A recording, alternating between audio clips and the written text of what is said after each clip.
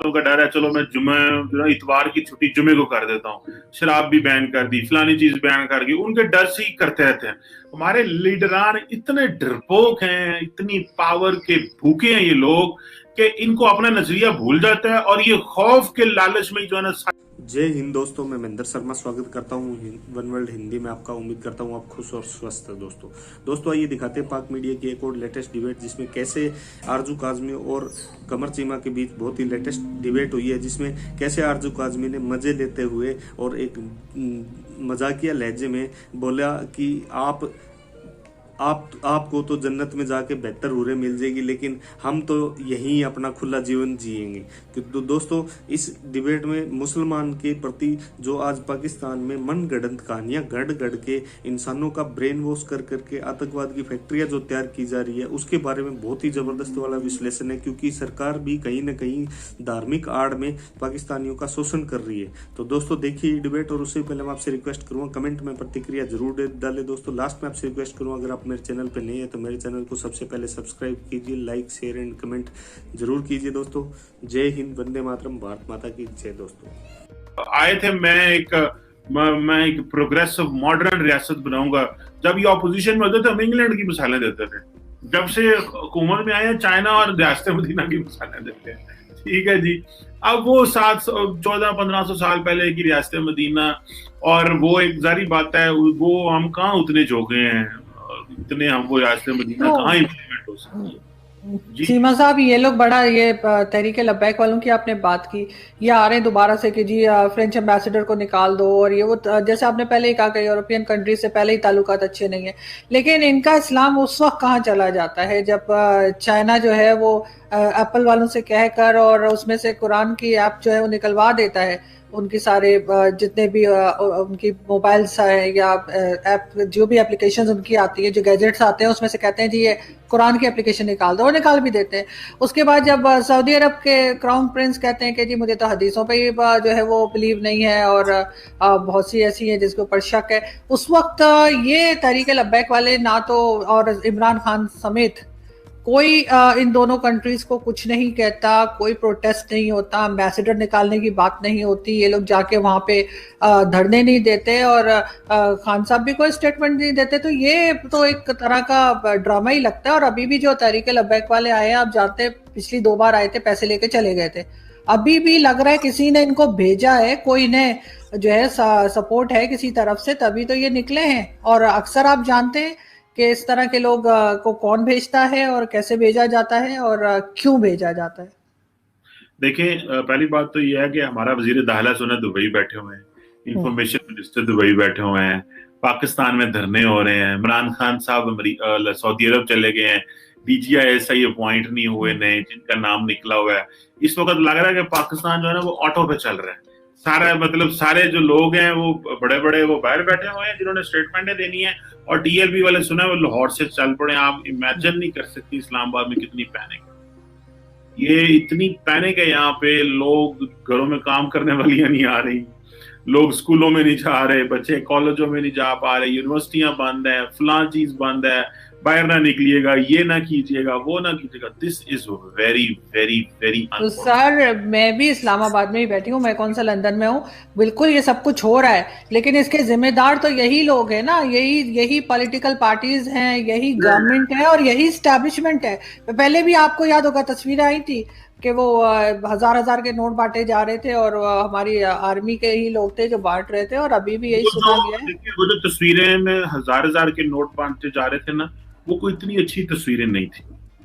वो मेरा ख्याल है इस पर यही कहना काफी है कि वो इतनी अच्छी तस्वीरें नहीं है कि जिसको डिस्कस किया जाए। और वो अगर आपने दिए भी हैं नोट, और वो क्योंकि लोगों को घर जाने के थे या जिस चीज के भी थे वो, तो मतलब इस तरह तो कोई वीडियोस नहीं बनवाता और नहीं करना चाहिए। और देन फिर हमें पता है कि बहुत सारी चीजों में हमारा अदारे पोलिटिसाइज हुए होते हैं।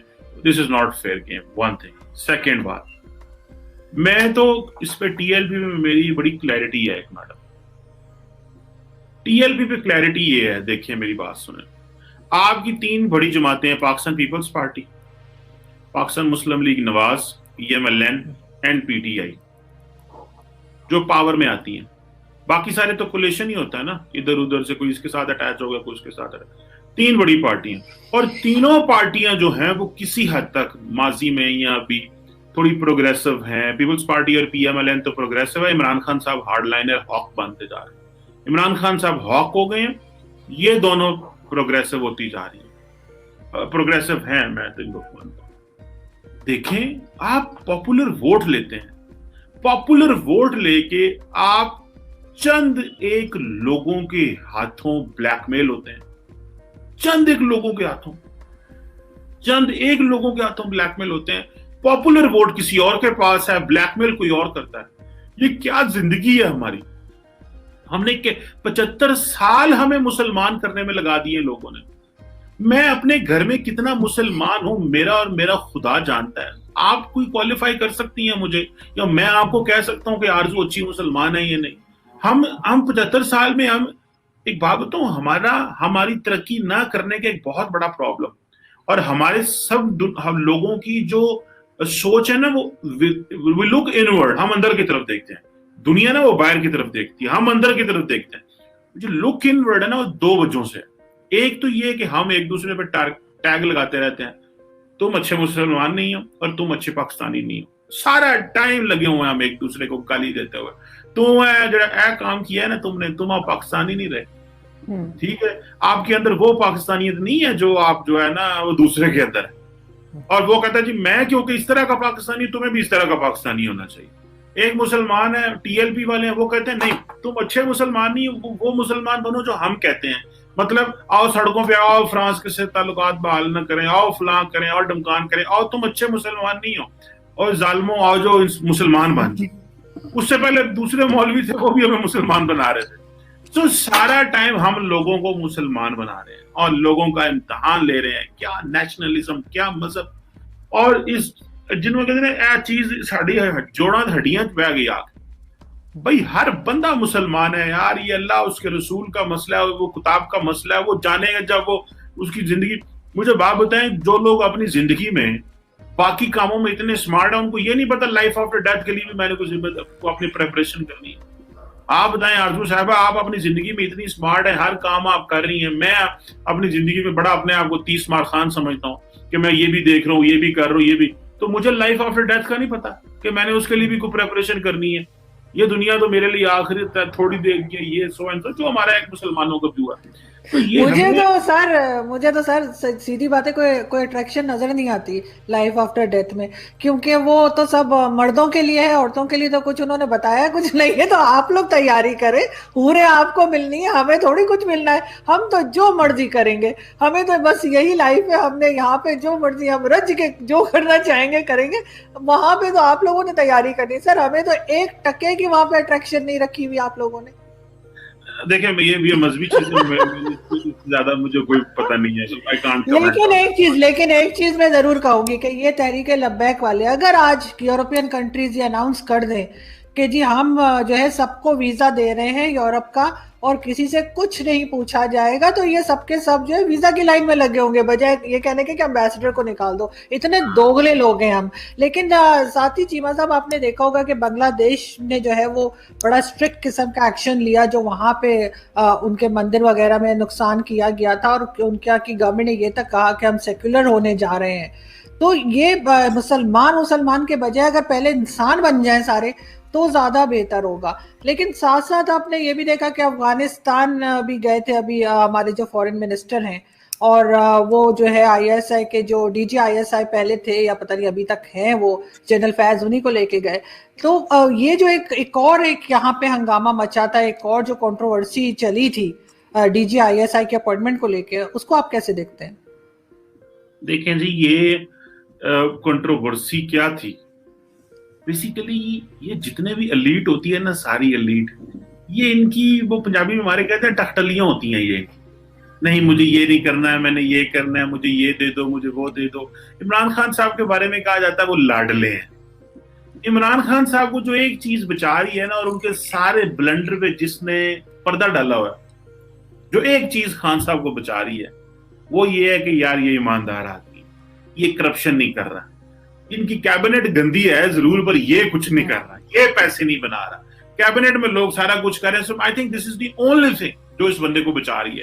वरना जितने मासूमियत में या जहालत में ये जो सियासत करते हैं, मेरा एक व्यू है, आप जो मर्जी की, जितनी मासूमियत में और जहालत में ये जो फैसले करते हैं और मुल्क को क्योस की शक्ल में रखते हैं, और इनकी अपनी जो पर्सनल पसंद नापसंद है, ठीक है ना जी, वो एक चीज ऐसी है कि जिसको जैसे ये DGISI की अपॉइंटमेंट है, देखिए क्या आपको क्या लेना देना इन चीजों से।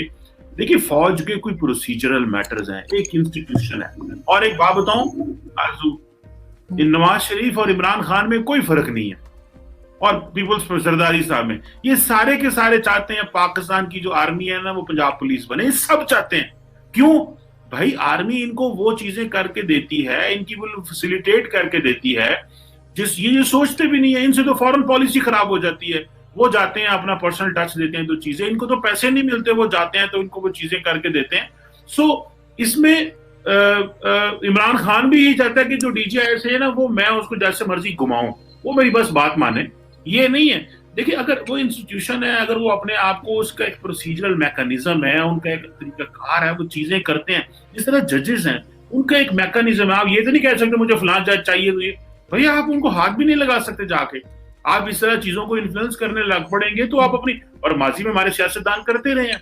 तो जो मिलिट्री के मामलात हैं, जुडिशरी के मामलात हैं, ठीक है, executive as a part of executive फौज आपके नीचे आती है, बट फौज का एक अपना डेकोरम है, उनको इस तरह करना ये ज्यादती है। मैं ये समझता हूं कि खान साहब ने गैर जरूरी, जिद्दी भी हैं वो, आपको पता है, ठीक है, वो लाडले भी हैं, ठीक है, उनको वो जारी बात है, वो मैं देख रहा था रऊफ क्लासरा को, वो कह रहे थे कि एस्टैब्लिशमेंट ने इनको हर सारा कुछ ही दे दिया, जो मांगते थे देते थे, अब वो लाडला बच्चा हो गया, अब उसको एक चीज नहीं दी, वो नाराज हो गया। तो ये जो चीजें हैं, ये रऊफ क्लासरा को मैं सुन रहा था, I am quoting him, not my self. So problem ये है कि ये जो लोग हैं इस तरह के काम करते हैं, और मैं तो चाहता हूं कि पॉलिटिशियंस को आजाद छोड़ दें, इनकी कोई मदद न करें। देखें, जब इमरान खान को पता है कि मेरी पॉलिटिकल कंसेंसस में ना भी पैदा करूंगा तो पैदा हो जाएगा, तो फिर तो वो भाई, वो उसने तो जमहूरियत की तबाही उतार दी। उसको डायलॉग करना नहीं आता, उसे ऑपोजिशन से चीजें लेनी नहीं आती, उसे ऑपोजिशन को चीजें देनी नहीं आती। आप जब ऑपोजिशन में होते हैं, जब गवर्नमेंट में होते हैं, तो नेगोशिएशन करते हैं, डायलॉग करते हैं, कुछ लेते हैं कुछ देते हैं। आप ऑपोजिशन में जब होते हैं तो गवर्नमेंट से कुछ चीजें अपनी मर्जी की कराते हैं, जब हुकूमत में होते हैं तो वो कहते हैं नहीं जो मैं करूंगा। अभी आप देख लेना, जो गिलगित बल्तिस्तान पे कानून साजी के हवाले से इलेक्शन से पहले एक मीटिंग हुई थी, तो सारी ऑपोजिशन थी, DGISI थे और जनरल बाजवा थे। इमरान खान वहां गए ही नहीं, मैंने नहीं जाना, जाओ, ऑपोजिशन के साथ मैंने बैठना ही नहीं है। ये कोई अच्छे तौर तरीके नहीं है। हमें पता होता है कि फलां बंदा करप्ट है, अच्छा नहीं है, ये है वो है, जो भी है, लेकिन बैठना तो चाहिए इमरान खान साहब को। जी। लेकिन चीमा साहब, उनके आगे पीछे दाएं बाएं सारे लोग जो हैं एक तो करप्ट हैं, वो खुद जानते हैं इस बात को। फिर उनकी बहन अलीमा खान पे जो है वो करप्शन केसेस की बात हो रही थी। फिर उन्होंने अपने बनी गाला के घर को 12 लाख दे के और उसको जो है वो सही साबित किया, उसकी कंस्ट्रक्शन को, वो केस है। फिर उन्होंने अभी जो रिसेंटली गिफ्ट्स गायब किए हैं वो बात हो रही है। फिर फॉरेन फंडिंग केस वो खुलने ही नहीं दे रहे, पिछले 6 साल से जो है फॉरेन फंडिंग केस जो है उसका कहना चाहिए कि फैसला ही नहीं आ रहा है। तो आप ये नहीं कह सकते कि खान साहब जो हैं, वो इमरान खान साहब जो हैं, उन्होंने कोई करप्शन नहीं की है। ये बात तो बाद में मालूम होगी, जब गवर्नमेंट चली जाएगी और दूसरी कोई गवर्नमेंट आएगी, और जब भी आती है तो वो पिछली गवर्नमेंट के सारे बखिए उधड़ना शुरू कर